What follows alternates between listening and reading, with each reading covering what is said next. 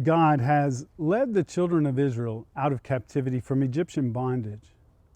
He has called them to be His special people, a nation, a kingdom of priests, as He gives them His instruction and establishes His covenant with them at Mount Sinai.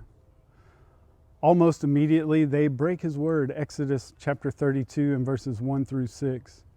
Now when the people saw that Moses delayed coming down from the mountain, the people gathered together Aaron and said to him, "Come, make us gods that shall go before us. For as for this Moses, the man who brought us up out of the land of Egypt, we do not know what has become of him."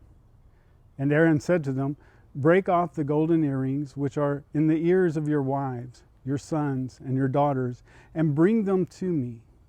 So all the people broke off the golden earrings which were in the ears and brought them to Aaron.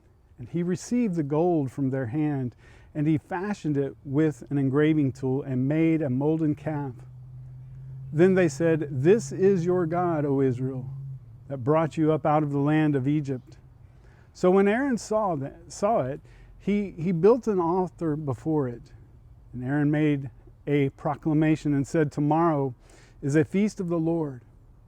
Then they arose early on the next day and offered burnt offerings and brought peace offerings, and the people sat down to eat and drink and rose up to play.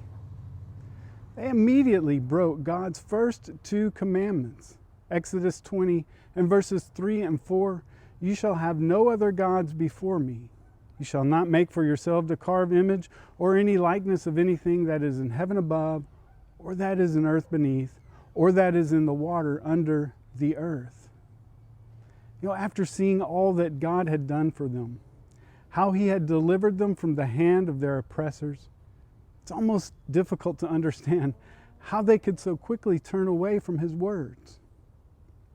Today, we may not melt our rings and fashion golden calves to worship, but are we elevating things in our lives above the Lord? How is it that we spend our time? What is it that we value?